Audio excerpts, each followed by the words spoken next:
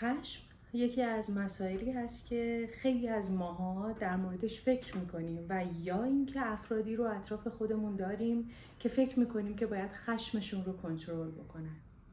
در بسیاری از مواقع ما به این آگاهی نداریم که خشم ایجاد شده درون ما امکان داره ریشه های عمیق روانی داشته باشه. به طور مثال خشم شما امکان داره از غم عجیبی سرچشمه گرفته باشه، یا حتی خشم شما میتونه به خاطر تروماهایی که در کودکی داشته ایجاد شده باشه. پس زمانی که ما در مورد کنترل خشم صحبت میکنیم، بالواقع داریم یک جمله ناسالمی رو به کار میبریم که واقعا کنترل کردن یک احساس با وجود تمام فاکتورهای پیش زمینه امکان پذیر نیست.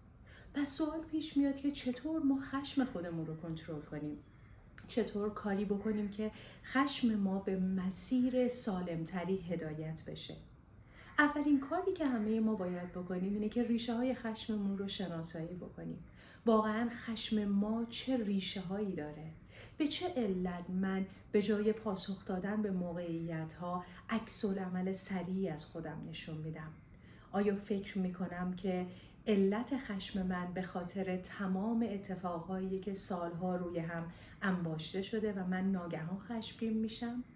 اگر خشمم رو نسبت به پارتنرم ابراز میکنم، آیا تا به حال به این فکر کردم که چه اتفاقهایی در گذشته افتاده که من از خود واقعی خودم راضی نیستم و اون باعث خشم شده؟ آیا خشم من ریشه در حسادت داره؟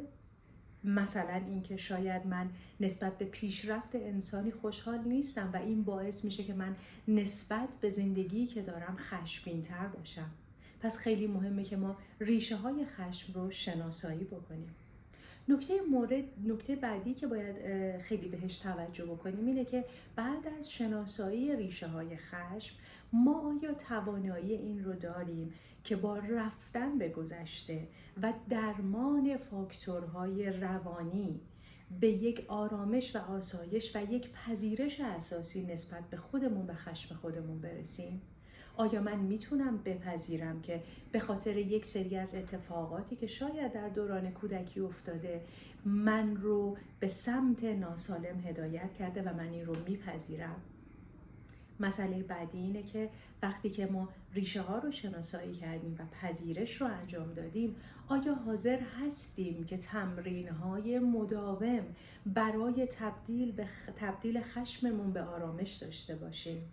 شاید سوال پیش بیاد که چرا باید تمرین بکنیم؟ واقعیت اینه که همون جور که سالیان سال تمرین کردیم که فرد خشمگینی باشیم، سالیان سال تمرین کردیم که نسبت به موقعیت‌ها واکنش‌های آتشین از خودمون نشون بدیم، باید تمرین کنیم که آسایش داشته باشیم، باید تمرین کنیم که آرامش داشته باشیم و به محض اینکه ما یاد بگیریم که روزانه برای داشتن آرامشمون تمرین بکنیم و زمانی رو بگذرونیم، آروم آروم متوجه میشیم که خشم ما از بین میره یا دیسپیر میشه و ما تبدیل به انسان آرامتری میشیم. نکته مهم بعدی اینه که برای تبدیل خشم به آرامش ما نیاز داریم که محیط خودمون رو کنترل بکنیم. یعنی چی؟ یعنی اگر من فیلم هایی رو نگاه میکنم که باعث خشم من میشه، باعث ناراحتی من میشه یا به یک نوعی من رو تریگر یا تحریک میکنه، اون فیلم ها رو نگاه نکنم.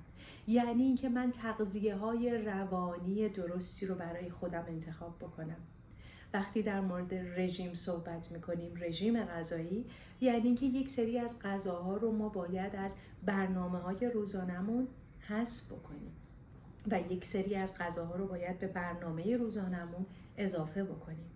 در مورد خشم هم این چنینه. ما باید یک سری رژیم‌های روانی برای خودمون داشته باشیم.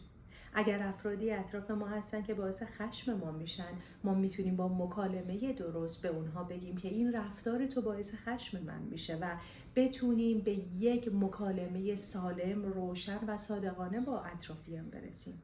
و در عین حال کارهایی مثل ورزش کردن، تمرین‌های مدیتیشن یا مایندفولنس، دیدن برنامه‌هایی که به شما کمک بکنه که آرامش بیشتری داشته باشید تمرین هنرهایی که میتونه شما رو آرامتر بکنه و تمام این مسیرها بهتون کمک میکنه که آروم آروم خشم خودتون رو تحت کنترل خودتون بگیرید و به یک آسایش نسبی برسید. یادمون باشه که حتی خشم مثل خیلی از احساسات دیگه به نوعی به کمک ما اومده که به ما کمک بکنه که بقا پیدا کنیم.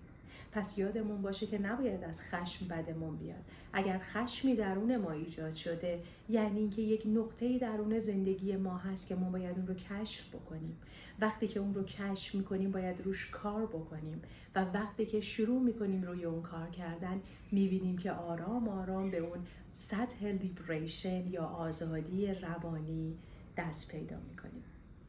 مطمئناً مسائل مربوط به خشم برای همه ما میتونه متفاوت باشه، ولی ازتون خواهش میکنم که امروز بیشتر به مسئله خشم و رفتار خودتون توجه کنید.